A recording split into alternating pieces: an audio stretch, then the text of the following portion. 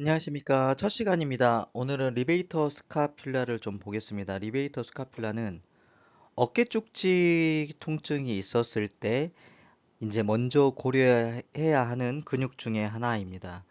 어깨 쪽지와 관련된 어깨 쪽지 여기죠. 지금 환자가 이렇게 손으로 만지고 있는 이 부위.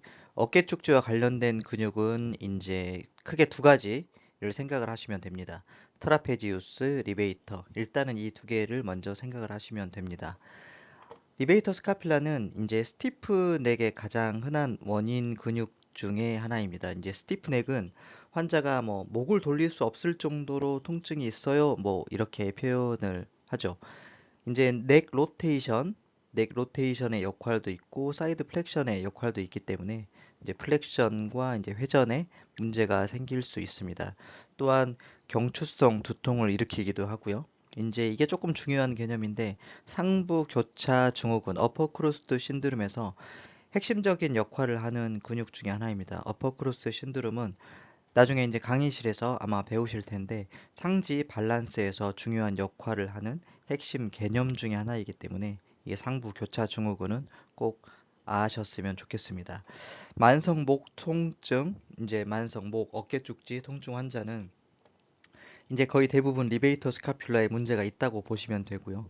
이제 리베이터 스카퓰라는 저는 이제 크로닉 넥 페인에서 거의 그냥 루틴으로 치료하는 근육 중에 하나입니다. 아나토미를 좀 보겠습니다. 오리진은 C1번부터 4번까지 TP의 포스테리어 튜버클, 이제 뒤쪽에 있는 튜버클이니까 이제 1번부터 4번까지 이게 안테리어 튜버클이 있을 거고요. 이제 뒤쪽으로 이제 포스테리어 튜버클, 안테리어 튜버클은 앞쪽에 있겠죠. 포스테리어 튜버클에 이렇게 붙어서 인설션은 이제 스카퓰라의 슈페리어 앵글과 메디얼 보더에 거쳐서 그림으로 보면 스카퓰라가 있고 메디알 보더 그리고 슈페리어 앵글 지금 이쪽에 붙여서 이렇게 오는 근육이 리베이터 스카퓰라가 되겠습니다. 작용은 이제 크게 두 가지입니다. 첫 번째는 이제 당연히 이렇게 붙어 있는 근육이기 때문에 견갑골을 엘리베이션 위쪽으로 이렇게 올려주는 역할을 하고요. 스카퓰라를 다운월드 로테이션을 시킵니다. 다운월드 로테이션이라고 하는 거는 이게 이제 이렇게 잡아당겨지면 스카퓰라가 이렇게 돌거든요. 이런 방향으로 이렇게 아래쪽에서는 이게 이렇게 돌겠죠. 자, 이 다운월드 로테이션 작용이 조금 중요합니다. 이유는 나중에 이제 혹시 배우시겠지만 다운월드 로테이션 작용이 충돌 증후군을 일으키는 원인 중에 하나입니다.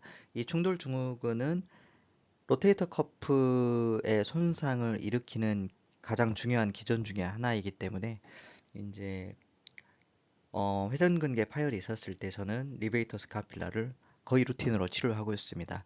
자, 두 번째 작용은 넥 로테이션을 시키는 역할입니다. 당연히 목에 붙어 있기 때문에 넥 로테이션을 시키는 역할도 하고 나중에 이제 목 로테이션 근육을 이제 동측으로 돌리는 근육, 반대쪽으로 돌리는 근육 이렇게 두 종류로 해서 암기를 하시면 좋을 것 같습니다. 참고로 리베이터 스카필라는 같은 방향으로 돌리는 근육입니다. 그러니까 이렇게 잡아당기면 목이 요렇게 돈다는 얘기겠죠. 자, 이노베이션입니다. 신경지배는 C5에서 주로 나오는 도사 스카필라 너브의 지배를 받습니다. 지금 이 강의에서는 다루지는 않겠지만 이 도사 스카필라 너브의 신경 주행 경로는 나중에 이제 견갑골 내측 통증, 여기 통증이죠. 견갑골 내측 통증 치료할 때 중요한 치료 포인트들이 있기 때문에 이제 그 신경 경로 주행 경로는 따로 한번 공부를 해보시면 도움이 많이 될 것 같습니다. 자, 치료는 이제 머슬 인젝션을 하죠. 트리거 포인트 인젝션을 합니다. 인젝션의 위치는 보통 두 군데에서 시행을 하는데 일단 슈페리어 앵글 이제 인설션 부위죠. 지금 이쪽에서 지금 인젝을 한번 하고요. 그리고 머슬 벨리에서 인젝을 하는데 특히 슈페리어 앵글 인젝션을 할 때는 이제 이렇게 조금만 더 들어가면 뉴모소락스의 위험이 있거든요. 그래서 저는 이제 뭐 블라인드로 자신 있으면 그렇게 하셔도 되고요. 처음이시면 지금 소노 가이드드 인젝션을 먼저 추천을 드립니다. 자, 팁을 하나 드리자면 이 사이드 넥 페인 있죠? 사이드 넥 페인이 있었을 때 이제 뭐 멀티피도스도 치료하고 뭐 이런 것들을 치료했는데도 효과가 없었을 때 저는 가끔 이 C4의 TP의 포스테리어 튜버클을 타겟으로 인젝을 합니다. 리베이터 스카퓰라가 오리진하는 그 부위를 타겟으로 하는 거죠. 그래서 가끔 효과가 좋을 때가 있습니다. 자, 감별 진단이 조금 중요합니다. 이제 리포트 페인 양상을 보면 일단 어깨 쪽지가 리베이터에 의해서 이제 가장 많고요. 그리고 어깨 뒤쪽, 그리고 견갑골 내측 통증으로 이런 통증들이 있습니다.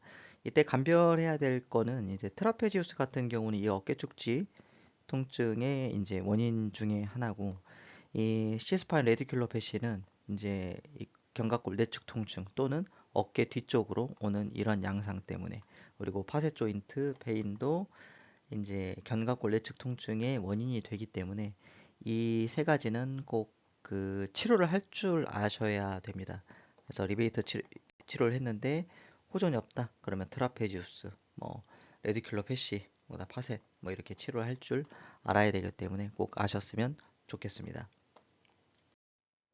자, 설페이스 아나토미는 사실 이제 각각 머슬에 대한 것들을 처음에는 좀 준비를 했었는데, 그냥 넥 머슬이 어느 정도 끝난 후에 그냥 이제 복습 차원에서 서머리하는 차원에서 같이 한꺼번에 보는 걸로 하겠습니다. 자, 감사합니다. 다음에는 트라페지우스에서 뵙겠습니다.